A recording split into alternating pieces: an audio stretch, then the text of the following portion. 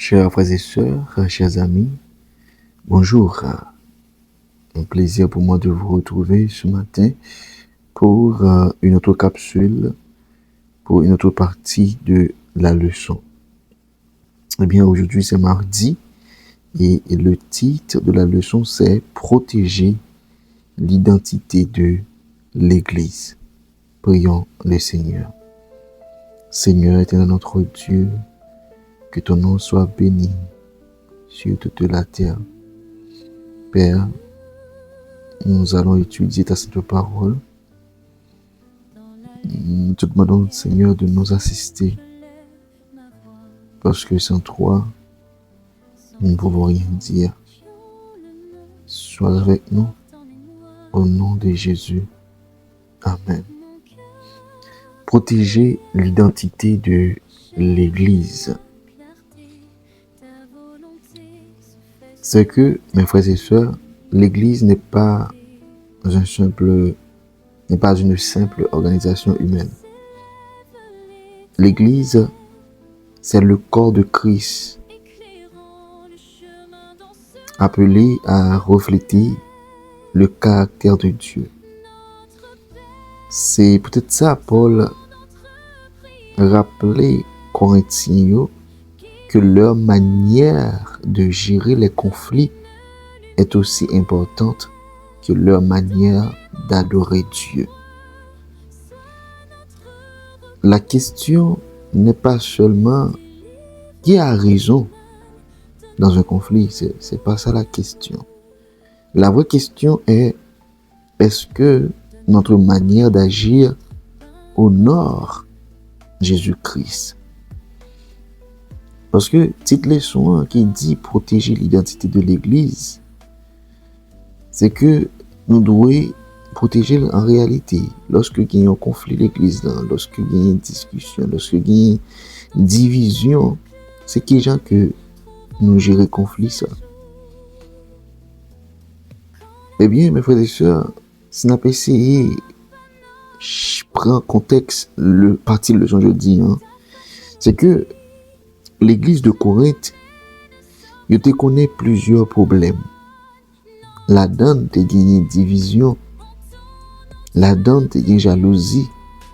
Là-dedans, tu as gagné l'immoralité sexuelle. Là-dedans, tu as gagné des croyants qui tapent mené l'autre devant le tribunal.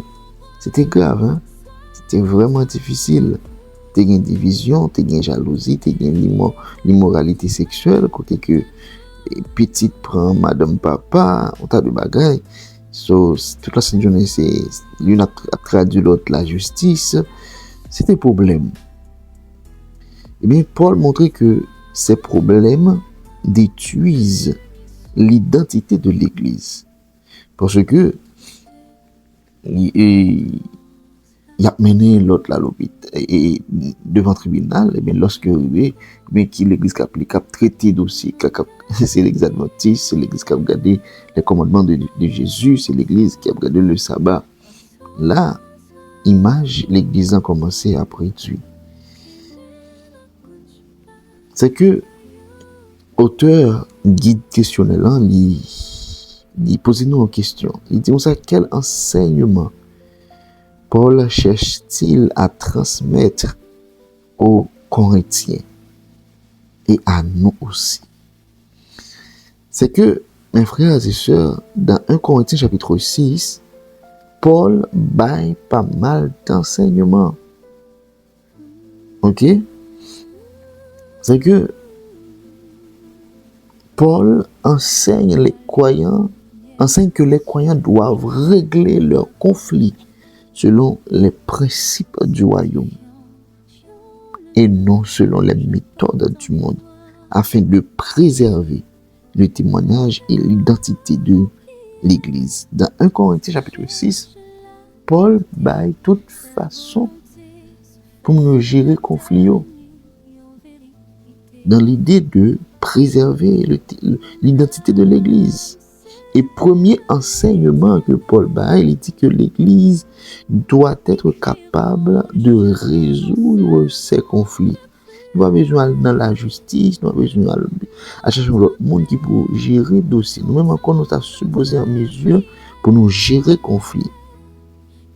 Côté que dans 1 Corinthiens chapitre 6, il posait une question, il dit, n'y a-t-il parmi vous pas un seul homme sage? Pourquoi ça nous oblige à aller dans le tribunal? Paul est surpris. Ils prétendent posséder la sagesse de Dieu, mais ils sont incapables de régler leurs propres différends. Parce que je pensais que ils sont sages, je pensais que ils fin arrivé. Et pourtant, ils pas quand même qu'à gérer un problème que ils gagnent entre eux. C'est que une église mature doit posséder la sagesse, le dialogue, le pardon, la réconciliation. Si tu vois que sont l'église qui mature, il faut être en mesure de posséder ces qualités-là. Deuxième enseignement, c'est que notre témoignage est plus important que notre victoire personnelle. C'est que Paul dit, vous exposez vos querelles devant les incroyants. C'est honte ça. Quand que nous avons un problème, nous, qu'est-ce qui a le problème pour nous? C'est le monde qui n'est pas converti. Hélas, c'est que notre témoignage, préserver l'identité de l'Église, est plus important que notre victoire personnelle. Le monde observe. C'est que lorsque le chrétien n'a pas exposé tête publiquement, bien pile là-dedans, il dit, si tout le monde qui n'est pas converti, il dit comme ça, mais leur foi ne change rien. Est-ce que la foi en Jésus pas aider les gens? Pour ça, jouer comme ça, pour ça, gommer comme ça. C'est que l'Église perd alors sa crédibilité. Troisième enseignement, c'est que les valeurs du royaume sont différentes de celles du monde. Le système romain favorisait les riches. Le système romain favorisait les puissants, ceux qui avaient de bonnes relations. Mais le royaume de Dieu fonctionne autrement. Dieu demande l'équité. Dieu demande l'humilité, la justice et la miséricorde. Quatrième enseignement, c'est que il vaut parfois mieux subir une injustice que déshonorer Jésus. Parfois, il est plus facile pour nous capables d'arriver à subir une injustice, mais pour nous capables d'arriver à honorer Christ. Paul posait une question étonnante. Il dit comme ça, pourquoi ne souffrez-vous pas plutôt quelque injustice? Le monde dit, défends toujours tes droits. Mais Jésus dit parfois, renonce à tes droits pour préserver l'unité. Parfois, on a raison, mes frères et sœurs. Mais l'idée pour préserver l'unité, eh bien, on laisse tomber. On prend injustice là. C'est un ensemble de bagages que nous devons appliquer à l'Église. Pas chercher raison. Pas chercher un tas de bagages.